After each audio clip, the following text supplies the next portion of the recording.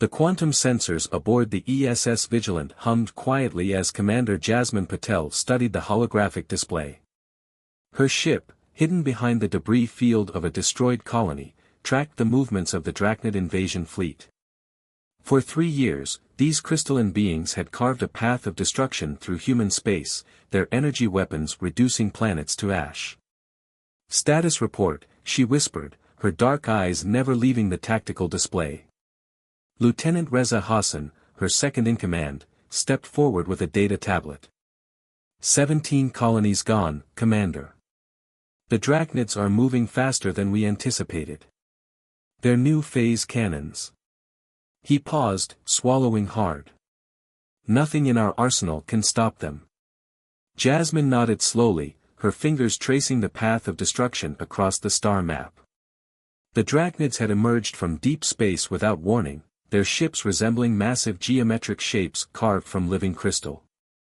They communicated only through bursts of energy, dismissing human attempts at diplomacy as primitive vibrations. "What about the anomaly we detected?" she asked, bringing up the sensor readings from their last encounter. During the battle for New Tehran, the vigilant sensors had picked up something unusual about the Drachnid ships. Dr. Nikolai Volkov, the ship's chief scientist, stepped out of the shadows of the bridge. His weathered face brightened as he manipulated the holographic data. "There's a pattern in their shield harmonics, Commander. Every time they fire their main weapons, there's a millisecond fluctuation in their crystalline matrix." "Show me," Jasmine commanded, and the hologram expanded to reveal detailed energy readings. The Drachnid ships weren't simply vessels, they were living crystals, growing and adapting. But like all crystals, they had natural frequencies that could shatter them. "It's quantum resonance," Nikolai explained, his eyes gleaming. "Their entire civilization is built on crystalline technology. If we could generate the right frequency." Lieutenant Hassan straightened suddenly. "Commander, multiple Drachnid signatures detected. They're sweeping the debris field." Jasmine's mind raced. The Vigilant was humanity's most advanced stealth vessel, but even their cloaking technology couldn't hide them forever from the Drachnid sensors. They needed more time to understand this weakness. "New contact." Hassan's voice cracked. "It's different. Larger than anything we've seen before." The hologram shifted to show a massive crystalline structure emerging from fold space. Unlike the geometric shapes of other Drachnid vessels, this one resembled a fractal pattern, endlessly repeating and growing. Energy readings went off the scale. "The resonance throne," Nikolai whispered in awe. "Their leadership. The source of their crystalline technology." Jasmine watched as smaller ships began breaking off from the massive structure, forming search patterns. They were hunting for something, or someone. The Drachnids had never committed their command ship to a simple search before. "They know," she realized. "They know we've discovered something about their technology." She turned to her crew, determination etched on her face. "We have to get this information back to Earth Command. Nikolai, download everything we have on the quantum resonance patterns. Hassan, plot us a course through the debris field." The Vigilant stealth systems strained as they maneuvered through the wreckage of humanity's outer colonies. Each piece of debris told a story: civilian ships, defense platforms, pieces of orbital habitats. 3 years of losses, of retreating, of watching humanity's dreams of expansion crumble before crystalline weapons. "Multiple targets, closing fast," Hassan reported. "They're using some kind of gravity pulse to clear the debris field." Jasmine watched as their cover literally began floating away, pushed aside by invisible forces. The Drachnids were about to discover that humanity's greatest strength wasn't in their weapons or shields, it was in their ability to adapt and overcome. "Nikolai, can you use our shield emitters to match their resonant frequency?" she asked, a plan forming. The scientist's fingers flew across his console. "Yes, but it would mean dropping our cloak. We'd be visible to every Drachnid ship in the system." "Do it." Jasmine's voice was steel. Lieutenant Hassan, prepare to transmit all our data on tight beam to the quantum relay network. The moment they spot us, we give Earth everything we've learned. The vigilance systems hummed as Nikolai reconfigured their shields. The crystalline ships drew closer, their faceted surfaces gleaming in the light of distant stars. Jasmine thought of all the colonies lost, all the lives ended by these beings who saw humanity as nothing more than primitive vibrations to be silenced. Resonance field active, Nikolai reported. We're generating a perfect match to their shield frequency. The effect was immediate. The nearest Drachnid ships began to vibrate, their perfect geometric forms distorting as the vigilance modified shields created a devastating harmonic pattern. Cracks appeared in their crystalline hulls, spreading like spiderwebs across their surfaces. Data transmission complete. Hassan shouted as the first Drachnid vessel shattered into a million glittering shards. The resonance throne itself seemed to recoil, its fractal patterns shifting chaotically as it registered the destruction of its escort ships. Jasmine had given humanity its first real victory against the Drachnids, and more importantly, she had given them hope. Plot a jump course, she ordered. Random vector, maximum distance. We've just changed the course of this war, and Earth needs to know how. As the Vigilant vanished into fold space, the debris field gained new additions, the shattered remains of Drachnid ships, their crystalline technology undone by the very principles that made them powerful. Humanity had found their weakness, and the real battle was about to begin. Admiral Marcus Blackwood stared at the tactical display in Earth's underground command center, watching as the Vigilance data streamed across multiple holographic screens. After 3 years of defeats, Commander Patel's discovery had changed everything. "Show me the resonance patterns again," he ordered, his weathered face illuminated by the blue glow of the holograms. Dr. Sofia Rodriguez, Earth's leading expert in quantum physics, manipulated the display with practiced ease. "The Drachnids aren't just using crystalline technology," she explained, her voice filled with excitement. "They are living crystals. Their ships, their weapons, even their consciousness exists as complex lattice patterns." The assembled military leaders watched as she highlighted specific frequencies in the data. Commander Patel's discovery proves they're vulnerable to harmonic disruption. "We can shatter their entire fleet, if we can get close enough." General Thomas Zhang, commander of Earth's defense forces, leaned forward. "The Drachnids have adapted to every weapon we've thrown at them. They'll expect another direct assault. Then we give them something unexpected," a voice called from the doorway. Commander Patel strode into the command center, still wearing her flight suit from the Vigilant. Admiral Blackwood nodded in approval, he'd specifically requested her presence for this meeting. Project Oracle, Jasmine continued, accessing the classified files with her command codes. The holographic display shifted to show designs for a new class of ship, unlike anything humanity had built before. "We've been developing quantum resonance technology in secret," she explained. "Ships designed to manipulate the fundamental frequencies of spacetime itself. The Drachnids won't be able to adapt because we'll be using their own crystalline nature against them." Dr. Rodriguez expanded the technical specifications. "Each Oracle-class vessel will carry a quantum core capable of generating precise harmonic frequencies. But we'll need to get within the Drachnid's defensive perimeter for maximum effect." Admiral Blackwood studied the designs. The Oracle ships were smaller than conventional warships, built for stealth and speed rather than direct combat. "How many can we build?" "The quantum shipyards on Luna can construct 50 within 2 months, General Zhang replied. "But we'll need a way to get them close to the resonance throne. That ship controls their entire network." Jasmine stepped forward, her dark eyes reflecting the holographic light. "I have a plan for that too.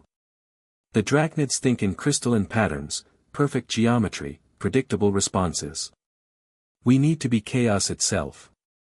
She brought up a new tactical display, showing the current position of the Drachnid fleet. They had pushed deep into human space, but their advance had slowed since the Vigilance encounter. They were being cautious now, uncertain of this new threat. Operation Stardust, Jasmine announced. We used the remaining conventional fleet to launch apparent desperate attacks across their front line. Meanwhile, the Oracle ships slipped through the gaps in their formation, using their quantum drives to mask their approach. The room fell silent as the implications became clear. It was audacious, dangerous, and exactly the kind of unconventional thinking that might work against the crystalline invaders. The casualties in the conventional fleet will be high, General Zhang warned. We'll be asking those ships to sacrifice themselves as a diversion. I'll lead them myself, Admiral Blackwood declared, his voice firm. Every captain in the fleet knows what's at stake. We've watched the Drachnids destroy our colonies, our hopes of peaceful expansion. If this is our chance to end it, they'll give everything they have.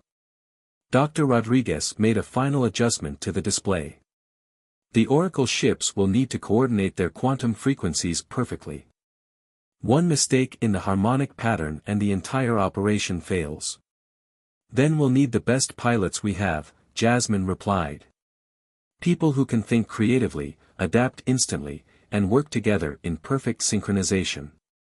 Admiral Blackwood nodded slowly. Commander Patel, you discovered this weakness. I'm putting you in command of the Oracle fleet. Choose your pilots, train them, make them ready. You have 2 months. The meeting continued late into the night as they refined the details of Operation Stardust. In orbital shipyards above the moon, construction began on the Oracle-class vessels. Their quantum cores pulsed with possibilities as they took shape, each one a testament to humanity's determination to survive. On Earth, pilots were selected and brought to a secret training facility deep beneath the Antarctic ice. They learned to feel the quantum harmonics, to dance between frequencies with intuitive grace. The Oracle ships weren't just vessels, they were instruments in a symphony that would shatter the Drachnid invasion.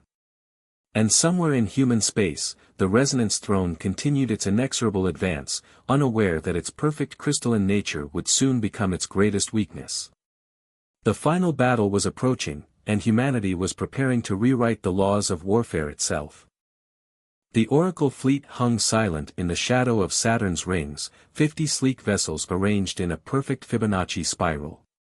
Inside the lead ship, Oracle 1, Commander Patel performed final checks on her quantum harmonics system.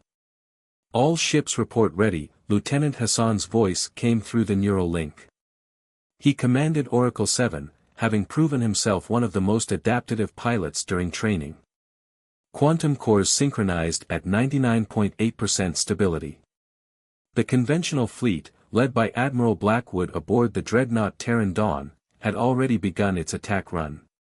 Across 6 different sectors, human ships engaged Drachnid forces in apparently desperate battles, drawing their attention away from the gas giant where the real threat waited. The Resonance Throne is responding exactly as predicted, Dr. Rodriguez reported from her station aboard Oracle 1. They're dispatching crystalline battalions to reinforce their defensive lines. Their formation is opening. Jasmine closed her eyes, feeling the quantum harmonics flowing through her ship. The Oracle vessels weren't controlled by traditional interfaces, they responded directly to their pilots' neural patterns, allowing for instantaneous reactions and perfect coordination. All Oracle ships, execute jump sequence Delta, she commanded. Remember your training. Feel the frequencies, don't just follow them. We are the chaos that will shatter their perfect order. 50 quantum drives activated simultaneously, tearing holes in spacetime that didn't follow normal physical laws.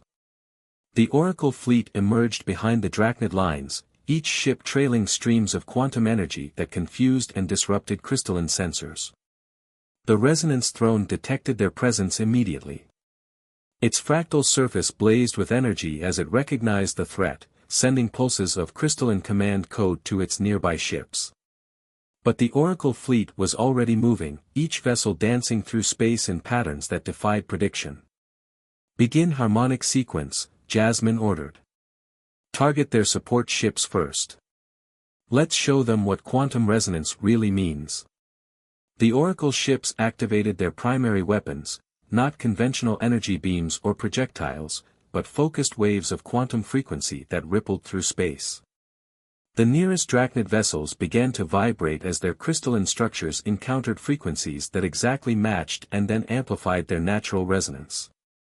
First target group is destabilizing, Hassan reported with barely contained excitement. Their lattice patterns are, wait, something's wrong. The resonance throne is adapting, trying to change their fundamental frequency. Jasmine had expected this. The Drachnid command ship was far more sophisticated than its subordinate vessels, capable of altering the very nature of its crystalline technology. But this too was part of the plan. Execute pattern Omega, she commanded. All ships, shift to secondary frequencies. Push them into chaos. The Oracle fleet split into smaller groups, each targeting different frequencies across the crystalline spectrum. The Drachnid ships couldn't adapt to all of them at once, as they shifted to avoid one harmonic pattern, they became vulnerable to others. The space around Saturn blazed with crystalline light as Drachnid vessels shattered one after another, their perfect geometric forms breaking apart into clouds of glittering shards. The resonance throne responded with overwhelming force, launching waves of energy that could tear conventional ships apart. But the Oracle vessels weren't conventional. Their quantum cores absorbed the energy attacks, using them to power even stronger resonance fields. It was a battle of frequencies, of patterns within patterns, of order versus chaos. The throne is trying to establish a new crystalline matrix, Dr. Rodriguez warned. If they succeed, they'll be able to resist our harmonic attacks. Jasmine felt the quantum harmonics through her neural link, sensing the complex patterns of the Drachnid technology. The answer came to her not as calculations or tactics, but as music, a symphony of frequencies that would bring down an empire. All ships, synchronize with Oracle 1, she commanded. We're going to give them a harmony they can't resist. The 50 Oracle ships moved as one, their quantum cores pulsing in perfect synchronization. They generated a cascading series of harmonic frequencies that built upon each other, creating patterns that even the resonance throne couldn't predict or counter. The massive crystalline command ship began to vibrate, its fractal surface distorting as conflicting frequencies tore through its structure. Smaller crystals broke free, each one resonating with a different harmony in the quantum symphony. It's working! Hassan shouted. The throne's crystalline matrix is collapsing. The final notes of humanity's quantum symphony rang through space. The resonance throne, pride of the Drachnid fleet, shattered into a billion glittering fragments. Without its controlling influence, the remaining Drachnid ships fell into disarray, their perfect formations dissolving into chaos. Admiral Blackwood's voice came through the command channel, tired but triumphant. Commander Patel, status report. Jasmine watched the tactical display as the last Drachnid ships either surrendered or broke apart under the Oracle fleet's harmonic assault. Operation Stardust is complete, Admiral. The Drachnid threat has been neutralized. As the quantum harmonics faded from space, the Oracle fleet regrouped near Saturn's rings. They had proved that humanity's greatest strength wasn't in matching the enemy's power, but in finding new ways to turn that power against itself. The Battle of Saturn would be remembered as the day humanity rewrote the rules of warfare, using music and mathematics instead of brute force to defeat an seemingly invincible foe. But for Jasmine and her crew, it was simply the day they fulfilled their promise to protect Earth and its colonies from those who would threaten them. The grand chamber of the Terran Diplomatic Center buzzed with an energy unlike anything in human history. Representatives from 17 alien species had gathered to witness something unprecedented, the formal surrender of the remaining Drachnid forces and the beginning of a new era in galactic politics. Commander Patel stood at attention beside Admiral Blackwood, watching as crystalline delegates entered the chamber. Unlike the geometric warships they once commanded, these Drachnids had taken smaller, more humble forms. Their defeat at Saturn had fundamentally changed their society structure. They're different now, Dr. Rodriguez whispered, scanning them with a quantum resonance detector. Their crystalline patterns are simpler, more harmonious. The destruction of the resonance throne didn't just defeat them, it transformed them. The lead Drachnid delegate, a crystalline form that sparkled with subtle blues and greens, approached the central podium. Its voice came not as the harsh energy bursts of before, but as melodic tones that the translation systems easily converted. "We came to this region of space believing ourselves to be the pinnacle of evolution," the delegate began. "Our crystalline technology had conquered countless systems, absorbed countless species into our perfect order. But humanity taught us the price of such arrogance." Admiral Blackwood stepped forward, his dress uniform gleaming under the chamber's lights. "The Oracle fleet proved that true strength lies not in overwhelming force, but in understanding and adaptation. We offer peace not from a position of dominance, but from a desire for genuine cooperation." The proceedings continued as diplomatic protocols were observed and treaties were signed. But the real work was happening in the private conversations around the chamber's edges. Lieutenant Hassan, now promoted to captain, found himself engaged with representatives from the Centaurian Alliance. "Your quantum harmonic technology," a Centaurian scientist asked, their 4 eyes blinking in sequence. "Could it be adapted for peaceful purposes?" Hassan smiled, remembering how the Oracle ship's quantum cores had evolved beyond their military origins during training. "We're already exploring applications in communication, energy production, even environmental restoration. The same frequencies that shattered Drachnid warships can be used to heal and build." Across the chamber, Dr. Rodriguez was deep in discussion with a group that included both former Drachnid scientists and researchers from the Proxima colonies. They were discussing the possibility of a joint research initiative into quantum crystalline technology. "The harmonics we discovered," she explained, pulling up holographic models, "they're not just weapons. They're a new way of understanding the fundamental structure of spacetime itself. Together, we could unlock possibilities none of us imagined alone." Commander Patel watched these interactions with quiet satisfaction. The victory at Saturn had cost lives and resources, but it had also opened doors that humanity never expected. Their quantum resonance technology had proven that creativity and innovation could overcome even the most overwhelming odds. "You seem contemplative, Commander," Admiral Blackwood said, joining her at one of the chamber's vast windows. Beyond the reinforced glass, Earth's orbital shipyards were visible, where the Oracle fleet was being refitted for peaceful missions. "I'm thinking about patterns, sir," she replied. "The Drachnid sought to impose their perfect crystalline order on the galaxy. We showed them that imperfection, adaptation, and harmony are greater strengths than perfection." The Admiral nodded, watching as a group of Drachnid younglings, their forms small and delicately faceted, interacted with human children in one of the chamber's cultural exchange areas. The children were teaching each other games, finding ways to bridge their vastly different natures through play and curiosity. "The Defense Council has approved your proposal," Blackwood said quietly. "The Oracle initiative will proceed. We're converting the quantum shipyards to produce research vessels and exploration ships. Humanity's next great adventure will be one of discovery, not conquest." Jasmine's eyes lit up. The Oracle initiative had been her dream since the battle, a program to use their quantum harmonic technology to explore the galaxy, make peaceful contact with new species, and help rebuild worlds damaged by the Drachnid War. "We've already received applications from 2,000 potential crew members," she said. "Not just humans, scientists and explorers from every species represented here today. They all want to be part of what comes next." The formal ceremonies concluded as evening fell over the diplomatic center.